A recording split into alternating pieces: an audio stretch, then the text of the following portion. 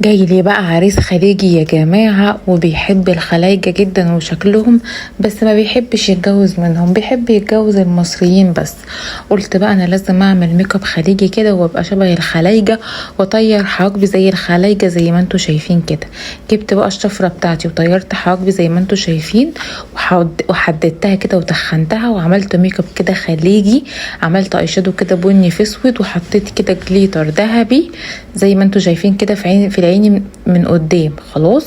وبعدين هتقل كده الاي شادو تاني تك تك تك تك عشان خاطر تبقى ايه العين واضحه وصريحه. وبعدين هشيل اللزق ده وهبتدي ان انا الزق الرموش بقى، هركب الرموش كده. بس قبل الرموش هعمل وشي هرطبه عشان يلاقي وشي كده بيلمع ومترطب وحلو. يا جماعه ما هو خليجي، خليجي يعني متعود على البشرات الحلوه، الخليجي البيضه الجميله اللي بتلمع. امال ليه؟ جبت بقى الرموش ورحت مركبه الرموش. بصوا القمر فظيعه فظيعه فظيعه فظيعه. ده الازقلانر بتاع الرموش. وجبت الكونسيلر بتاع شجلام وقلت هبقى بيضه قشطه كده منوره. نورت بقى كل الاماكن اللي انا عايزه انورها كده، استخدمته كده بصوا زي ما انتم شايفين. وقعدت بقى انور بيه بقى وشي كله كله كله كده، ما خليتش حته في وشي ما نورتش بيها ما عدا الخدود، عشان الخدود هنحط فيها بلاشر. خلاص دمجته بقى كده كويس قوي. وبعد كده بقى جبت الكونتور وكنترت مناخيري عشان خاطر يقول عليا مناخيري صغننه ورفيعه وحلوه. حطيت بلاشر وهدمج بقى كمان كده البلاشر. بصوا يا جماعه الميك اب بقى في حته تانية، بقى ميك اب خليجي قوي قوي يعني، صح ولا لا؟ حطيت كمان اللينسز الزرقاء دي، وبصراحه يعني قلت له انها عيني وان انا عيني زرقاء يعني، لان انا شقره، فقلت بالمره بقى اقول له ان انا عيني زرقاء.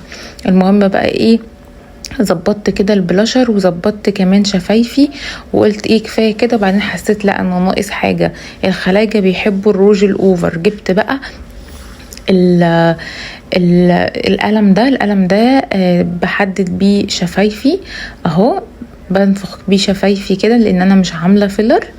خلاص وبعد كده بقى هجيب الليب جلاس او الروج، اني هشوف كده هستخدم ايه.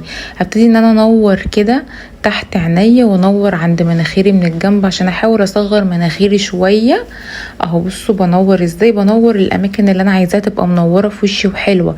نورت بقى الخد ونورت تحت العين وظبطت الميك اب ومبقاش فيه غلطه بصراحه. وثبت الكونتور بتاع الانف وبتاع القوره ببودر اغمق شويه.